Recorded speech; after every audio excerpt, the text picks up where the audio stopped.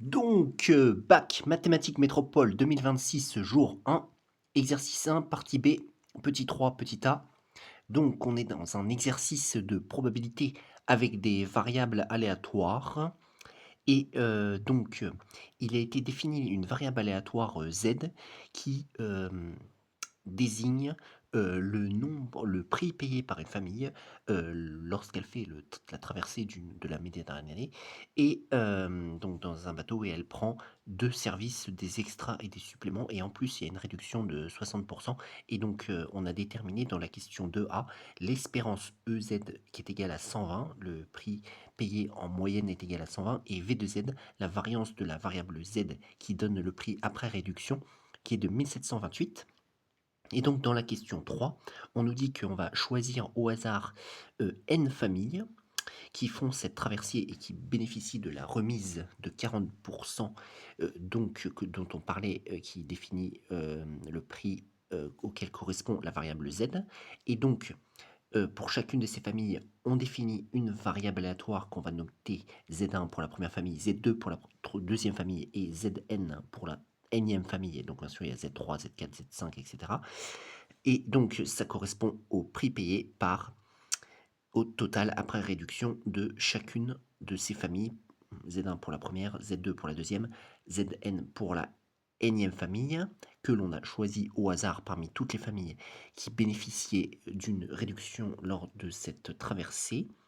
Et donc on nous dit que ces variables aléatoires sont indépendantes, donc ça ce sera important pour la variance parce que on va nous demander, on va déjà définir une autre variable aléatoire en fonction de ces n variables aléatoires, c'est-à-dire Z1, Z2, Zn, qui va être égale à la somme des n variables aléatoires divisé par n. Donc ça correspond en quelque sorte à la moyenne, c'est une variable aléatoire, le mn là, c'est la variable aléatoire qui correspond à la moyenne des prix payés par ces n familles que l'on va choisir au hasard parmi les familles qui ont traversé la Méditerranée et qui bénéficient d'une réduction. Donc maintenant, dans le petit a, on nous demande justement de calculer l'espérance EMN et la variance VMN de cette variable aléatoire MN que l'on a définie. Donc, on peut directement commencer à calculer ça. Bien sûr, aussi les variables aléatoires Z1, Z2 et Zn, ils nous précisent dans l'énoncé qu'elles vérifient qu'elle suit la même loi de probabilité que la variable aléatoire Z. Donc, si on veut calculer EMN, comment est-ce qu'on va faire? Eh bien, EMN va donc être égal à E de toute cette expression-là, puisque toute cette expression-là correspond à Mn. Donc Z1 plus Z2 plus 3 petits points plus Zn sur N. Donc là, je précise que c'est Z1 plus Z2 plus Z3 plus Z4 jusqu'à Zn. Voilà, on est comme ça. Et donc là, on va utiliser une propriété de l'espérance qui dit que quand on a espérance de A fois grand X, avec grand X une variable aléatoire et A une constante multiplicative, on a le droit de sortir la constante et la mettre en facteur de l'espérance de X. Et bien là, c'est ce que l'on va faire parce que qu'est-ce qu'on a ici? En fait, on va plutôt exprimer ça de cette manière-là, c'est-à-dire qu'on va descendre tout le numérateur, donc il va rester juste 1 sur n fois tout le numérateur, Z1 plus Z2 plus 3 petits points plus Zn, comme ça. Et donc, ce 1 sur n, il est comme ce A qui est là, on va pouvoir le sortir de l'espérance. Donc ça va donner 1 sur n qui va être multiplié par l'espérance des différentes variables aléatoires additionnées, Z1, Z2, plus 3 petits points, plus Zn, comme cela. Voilà, donc là on en est là, mais ce n'est pas terminé, parce que qu'est-ce que l'on va faire? Maintenant on va utiliser une autre propriété de l'espérance, qui dit que l'espérance, quand on a deux variables aléatoires additionnées, de x plus y par exemple, ça va donner e de x plus e de y, comme ça. Et bien là, on est dans cette situation parce qu'on a plusieurs, donc ça marche pour 2, mais bien sûr, si ça marche pour 2 de cette manière-là, ça marche aussi pour 3, 4 et n'importe quel nombre. Donc dans ce cas-là, ça va donner EZ1 plus EZ2 plus etc. EZ3, EZ4, EZ5 jusqu'à EZN. Donc on va se retrouver avec 1 sur n fois Alors là, j'ouvre une parenthèse parce qu'il faut que ce 1 sur n s'applique à tout le résultat qui est ici, parce qu'il s'appliquait à tout ça, donc ça va s'appliquer à tout ce qui est égal à ça. Donc du coup, ça va donner E de Z1 plus E de Z2 plus E de Z3. Voilà, bon, j'étais pas obligé de le mettre. Plus 3 petits points, plus E de Zn. Voilà, on est dans cette situation-là. Voilà, voilà.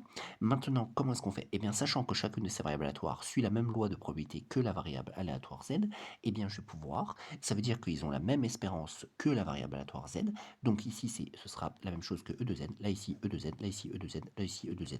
Donc du coup, ça va me donner 1 sur n fois, donc en fait, je vais avoir E de z ici, parce que E de z1 c'est E de z, parce que z1 suit la même loi que z. Là, ici, ça va être E de z2, E de z tout court, plus ici E encore de z, plus 3 petits points, plus ici E de Z. Voilà. Donc, je me retrouve avec plein de E de Z. Et combien il y en a des E de Z? Il y en a N. Parce qu'il y avait N variables aléatoires Z1, Z2 jusqu'à Zn. Donc, il y en a N. Donc, du coup, ça me revient à faire 1 sur N fois E de Zn. E de Z tout court. De Z tout court parce que j'ai N fois Z, donc ça revient à faire N fois Z. Et là, qu'est-ce qu'on remarque? C'est que les N se simplifient, donc on va plus avoir que E de Z. On va plus avoir que E de Z. Donc en fait, on obtient que E de Mn est égal à E de Z. Voilà, qui est égal à 120 d'après la question petit 2, petit b dont on avait trouvé. Donc c'est bon, EMN est bien montré que c'est égal à 120. Bon, maintenant il faut faire la variance. Donc variance de Mn, même principe, ça va être égal à variance de... Alors là, je vais écrire un peu comme je l'avais déjà écrit dans cette chose-là, c'est-à-dire que je descends le numérateur, ça va donner 1 sur n facteur de... Donc je remplace Mn toujours par la même valeur, sauf que je descends le numérateur devant, ça va donner donc Z1 plus Z2 plus 3 petits points plus Zn. Et donc, je peux descendre le 1 sur n comme ça en facteur, mais attention, quand on a variance de a fois grand X, quand la constante sort devant, on la met au carré, donc ça fait a carré v de grand X, comme ça.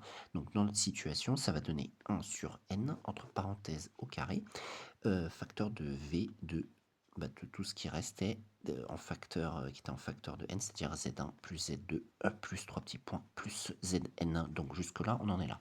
Bon, bah alors maintenant, autre propriété pour la variance, quand deux variables aléatoires sont indépendantes, donc par exemple j'ai x et y qui sont indépendantes, attention, il faut qu'elles soient indépendantes, et ici on sait que z1, z2 jusqu'à zn sont indépendantes, eh bien on peut dire que c'est égal à v de x plus v de y, comme ça, donc v de x plus y c'est égal à v de x plus v de y. Donc par conséquent ici, nous avons n variables aléatoires qui sont toutes indépendantes, eh bien on va pouvoir dire comme pour l'espérance en fait que c'est égal à v de z1 plus v de z2 plus 3 petits points plus v de zn. Donc du coup ça va nous donner 1 sur n au carré, donc ce carré je peux l'appliquer en haut et en bas, hein. Donc ça va donner 1 au carré en haut et n au carré en bas, donc ça va donner 1 sur n au carré en fait, voilà, parce que bon, quand on a une fraction, hein, la puissance s'applique en haut et en bas, et fois donc la somme de toutes ces variances de variables aléatoires séparées, puisqu'elles sont indépendantes. Je mets une parenthèse pour que ça s'applique sur tout, donc ça va donner v de z1 plus v de z2 plus 3 petits points, plus V de Zn, comme cela. Je ferme la parenthèse. Et comme pour l'espérance, eh bien, chacune de ces variables aléatoires suit la même loi que Z, donc leur variance est la même que Z. Donc ici, ce sera V de Z plus V de Z plus 3 petits points plus V de Z. Donc ça va nous donner 1 sur n au carré fois, donc entre parenthèses, ici on aura V de Z à la place de Z1, plus V de Z encore, plus 3 petits points, plus V de Z encore. Donc en fait, on a plein de V de Z qui sont additionnés. Et combien on en a? On en a n. Donc je peux dire que c'est n fois v de z dans cette parenthèse. Donc je vais me retrouver avec 1 sur n au carré fois n fois v de z, comme cela. Voilà. Maintenant, qu'est-ce qu'on remarque ici? C'est que on va pouvoir simplifier n en haut et en bas. Pourquoi? Parce qu'en fait, on a 1 sur n fois n, et ici, on a fois n. Donc, en fait, on a n en facteur en haut et en bas. On peut le simplifier en haut et en bas. Tout ça, toujours facteur de v de z, ce qui va nous donner, en fait, 1 sur n fois v de z. Et donc, quand on a une fraction qui multiplie un nombre, le numérateur de cette fraction multiplie le nombre. Donc, ça va donner v de z Donc ça donne 1 fois V2Z, ce qui va donner V2Z sur N, voilà. V2N, on connaît, on a trouvé à la question 2B, c'est rappelé ici, c'est égal à 1728. Donc du coup, ça va donner 1728 sur N. Donc V de Mn est bien égal à 1728 sur N. Voilà. Donc voilà pour le petit 3, petit a de la partie B de l'exercice 1 du bac mathématiques métropole 2026, jour 1.